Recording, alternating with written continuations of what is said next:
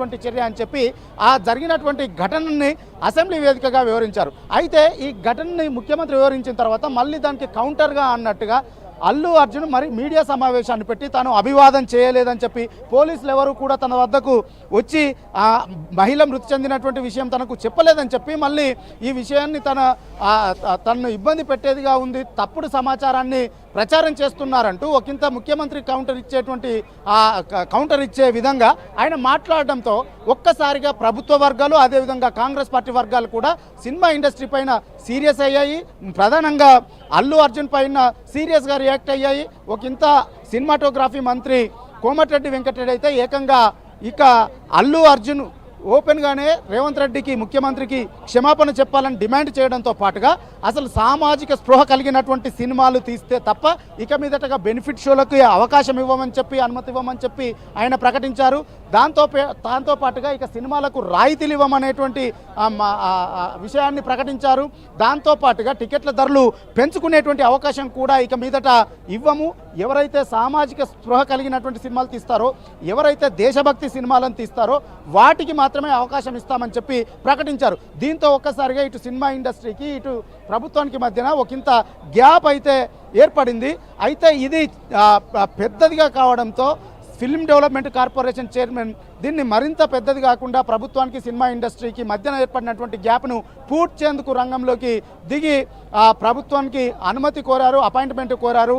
So ముఖ్యమంత్రి Revanth Reddy appointment కోరారు. ఈ గ్యాప్ను పూడ్చేందుకైతే ఆయన ప్రయత్నాలు చేస్తూ ఉన్నారు. సో అందులో భాగంగానే ఈరోజు సమావేశాన్ని ఏర్పాటు చేశారు. ప్రముఖుల సినిమా రంగానికి సంబంధించినటువంటి దర్శకులు, నిర్మాతలు, అదేవిధంగా సినీ నటులు కూడా దీనికి హాజరయ్యారు. కొద్దిసేపట్లోనే సీఎం రేవంత్ రెడ్డి కూడా ఇక్కడికి రాబోతున్నారు. ప్రధానంగా ఈ సమావేశంలో ఈ అల్లు అర్జున్ ఎపిసోడును, అదేవిధంగా సంధ్య థియేటర్ తొక్కిసలాటగట, మహిళ మృతి, అదేవిధంగా తదనంతరము అల్లు అర్జున్ చేసినటువంటి వ్యవహారం, వీటన్నింటిపైన కూడా కులంకషంగా చర్చించేటువంటి అవకాశం ఉంది. ప్రధానంగా ఈ సమావేశంలో అసలు జరిగినటువంటి ఘటన పైన ఇప్పటికే ప్రభుత్వం ఒకంత సీరియస్గా ఉన్నటువంటి నేపథ్యంలో అల్లు అర్జున్ మీడియా సమావేశాన్ని బట్టి ముఖ్యమంత్రిని తప్పుపట్టేటువంటి స్థాయిలో చెప్పినవన్నీ తప్పు అనేటువంటి ప్రచారం చేసే విధంగా మాట్లాడినటువంటి నేపథ్యంలో దీనిపైన చర్చించేటువంటి అవకాశం ఉంది. దీనిపైనే ప్రధానంగా చర్చ జరిగేటువంటి అవకాశం ఉంది. అయితే సినిమా రంగం నుంచి ప్రముఖులంతా కూడా ఈ గ్యాప్ను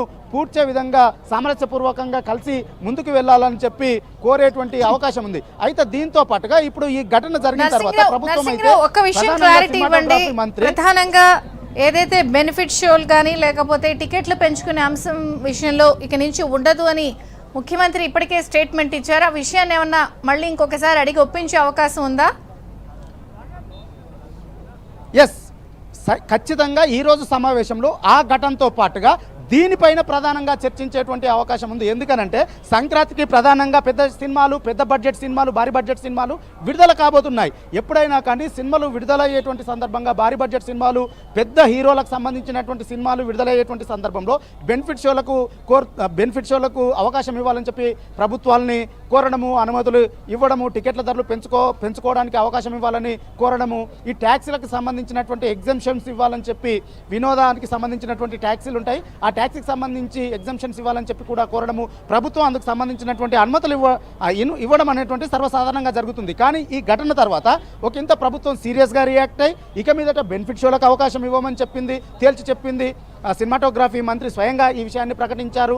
కేవలం దేశభక్తి సందేశాత్మకమైనటువంటి సినిమాలు తీస్తే తప్ప అవకాశం ఇవ్వమని కోరారు. సో ఈ నేపథ్యంలో ఈ ప్రభావము, ప్రభుత్వం తీసుకున్నటువంటి ఈ కీలక నిర్ణయానికి సంబంధించినటువంటి ప్రభావము రేపు ఈ సంక్రాంతి సందర్భంగా విడుదల కాబోయేటువంటి భారీ బడ్జెట్ సినిమాలు ఏవైతే ఉన్నాయో, పెద్ద హీరోలు నటించినటువంటి సినిమాలు, రేపు రాబోయేటువంటి సినిమాలు ఏవైతే ఉన్నాయో వాటిపైన తీవ్ర ప్రభావం పడేటువంటి అవకాశము, ప్రమాదం కూడా ఉన్నటువంటి నేపథ్యంలో ఒకంత దీనిపైన కూడా సినీ రంగానికి సంబంధించినటువంటి ప్రముఖులు చర్చించేటువంటి అవకాశం ఉంది.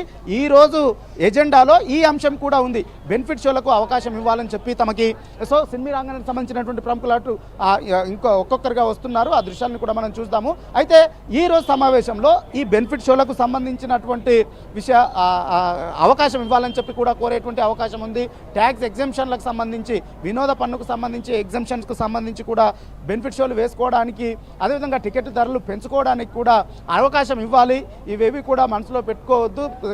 పరిశ్రమ వైపున ఏదన్నా తప్పు జరిగితే వాటిని పెద్ద మనసుతో అర్థం చేసుకొని సినిమా రంగాన్ని బ్రతికించడం కోసము ఖచ్చితంగా అవకాశం ఇవ్వాలని చెప్పి ప్రభుత్వాన్ని సినిమా రంగ ప్రముఖులు అయితే కోరబోతా ఉన్నారు.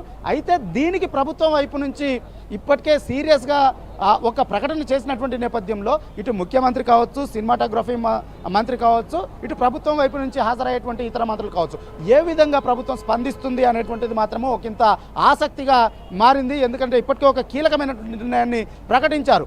కేవలం దేశభక్తి సినిమాలు, సామాజిక స్పృహ కలిగినటువంటి సినిమాలకు మాత్రమే అవకాశం ఇస్తాం తప్ప ఇక మీదట అన్ని సినిమాలకు ఈ విధమైనటువంటి బెనిఫిట్ షోలకు అవకాశం ఇవ్వమనేటువంటి మాటను చెప్పి ఉన్నారు. సో ఈ నేపథ్యంలో ఇప్పుడు ఈ సమావేశంలో దీనిపైన సినీ ప్రముఖులు ఖచ్చితంగా అడిగేటువంటి అవకాశం ఉంది. సంక్రాంతికి పెద్ద సినిమాలు వస్తున్నటువంటి నేపథ్యంలో గేమ్ చేంజర్ రాబోతుంది, రామ్ చరణ్ నటించినటువంటి సినిమా.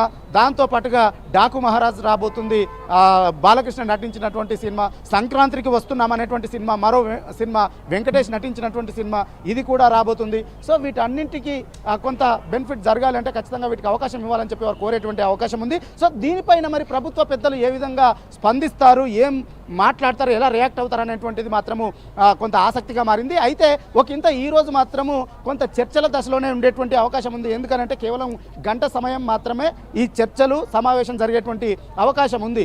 11:30 ముఖ్యమంత్రి రేవంత్ రెడ్డి, ఈ రాష్ట్ర మంత్రులు కొంతమంది, వీరు ఉత్తమ్ కుమార్ రెడ్డి, అదేవిధంగా దామోదర రాజనరసింహ,